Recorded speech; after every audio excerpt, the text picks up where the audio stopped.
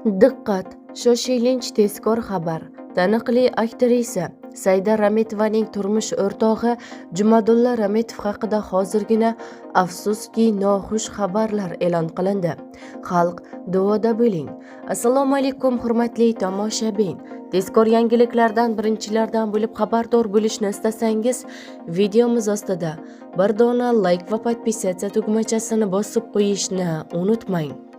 O'zbek shou biznes olamining yorqin vakilasi, taniqli aktrisa Saida Rametova turmush o'rtog'ingiz yoningizda bo'lsin ekan deya izoh bergan. Saida Rametova Alsgeymer kasalligiga chalingan turmush o'rtog'i Jumadulla Rametov haqida qalbdan chiqqan so'zlari bilan ko'pchilikni larzaga soldi.